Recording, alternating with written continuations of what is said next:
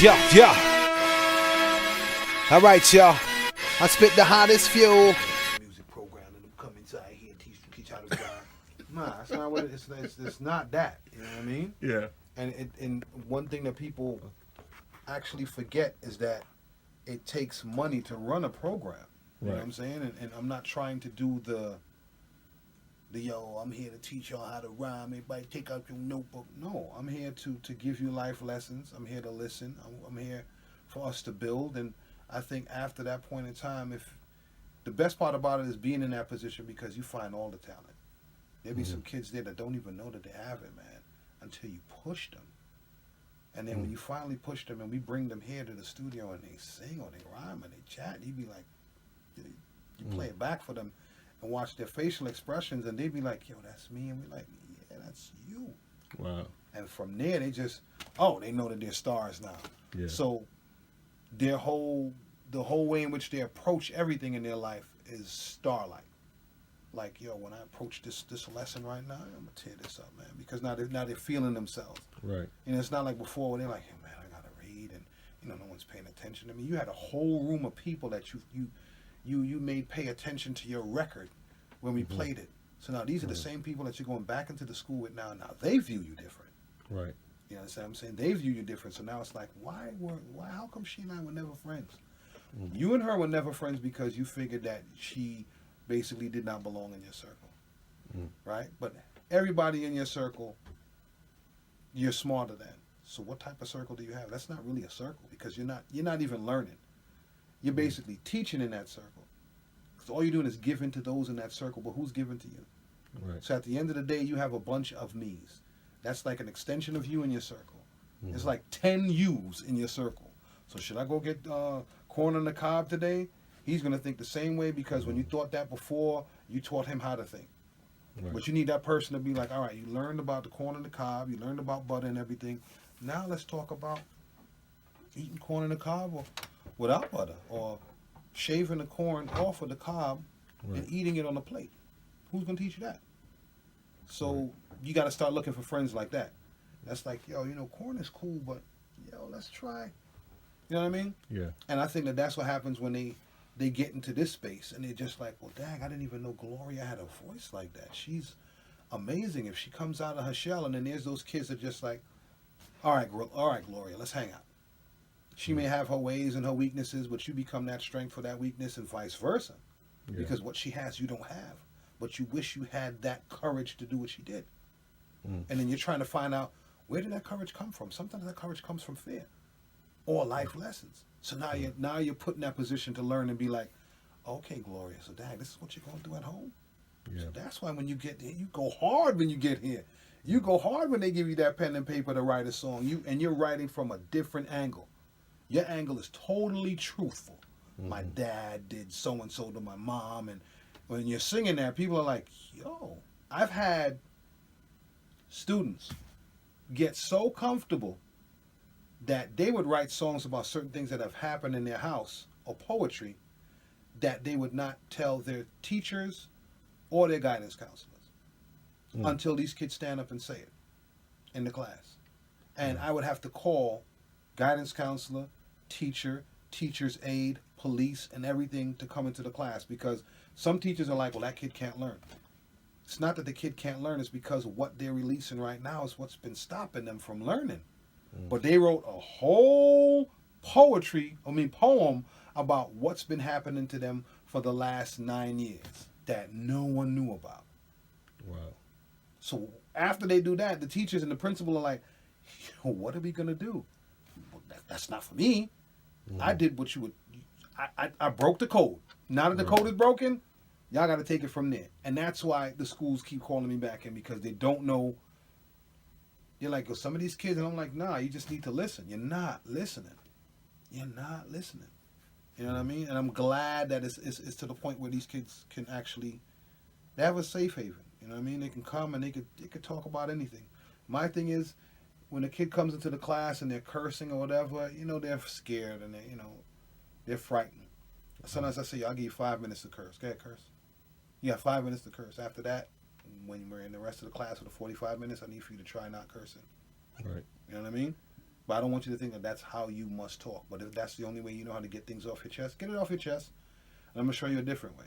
I want you to write it, but you can't write curse words. You can't use none of those words on paper. Because those are your fillers. Right. We don't do fillers in my classroom. I don't want to hear this, and no, we don't write that. We're going back. We're writing now. Because that's not how you're going to go and apply for a job. You can't say that on your job application. No, you're not. Right. I'm going to show you how to write. This is how you write. This is how I would write something.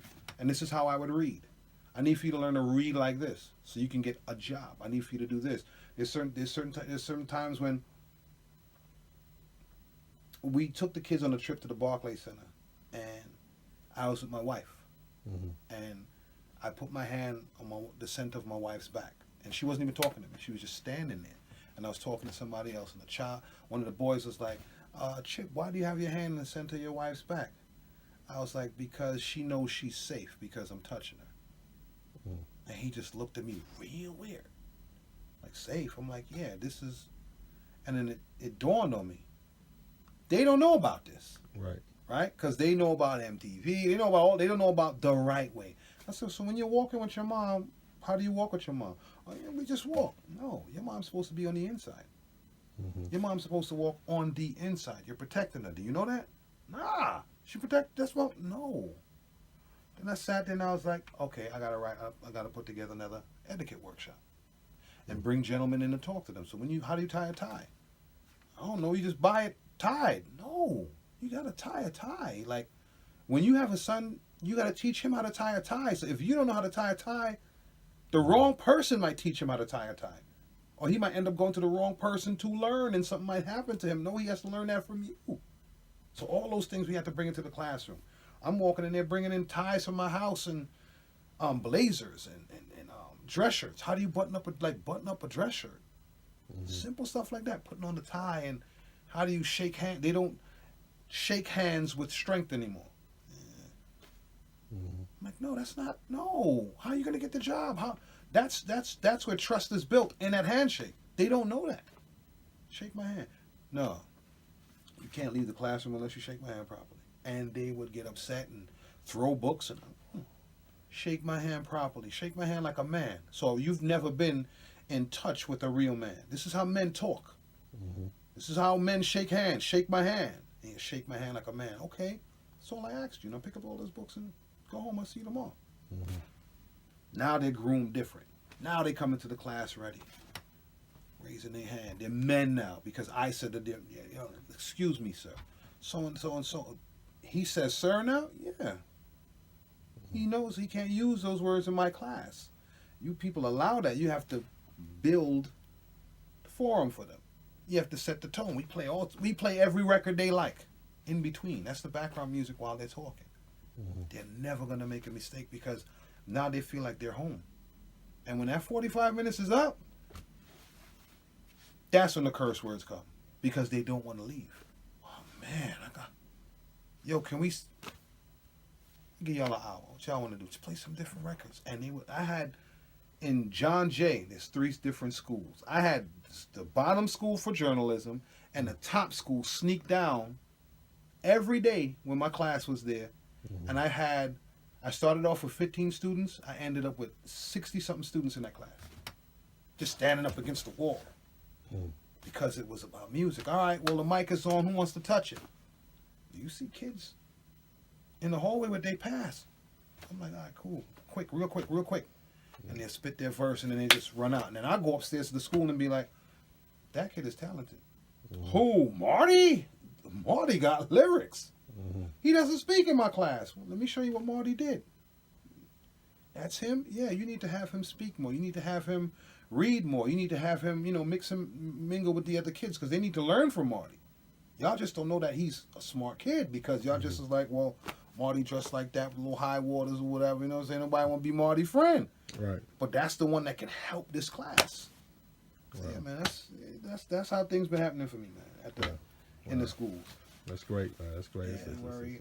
Look out for us. Any schools that want to collaborate and bring the initiative to their school, just get in touch with me on social media. And we can talk about bringing the initiative down there and helping people. That's what it is. And where can they find you on social media? They can find me on Twitter at ChipFu. They can find me on Facebook at ChipFu or Roderick ChipFu Rocher. That's my real name. And you know, that's where people can find me. If you're interested about math, like I said, just hit me up about that, and we could definitely make that happen. All right. You know what I mean? All right. Again, this one. Yeah. I spit the hottest fuel, demolish foes regardless, hold down the fumes in they shoes and into molecules. Pardon me, excuse, and if I say excuse me again and you hear me think off y'all, then you gotta move. You ready? Come on. Yo. You ready? Come on. Yo. You ready? Come on. Yo. Alright, y'all. Ready? Come on. When I move my lips, I'm elusive and get as hot as soup is. I leave the walls in the boot strip when I do spits abusive.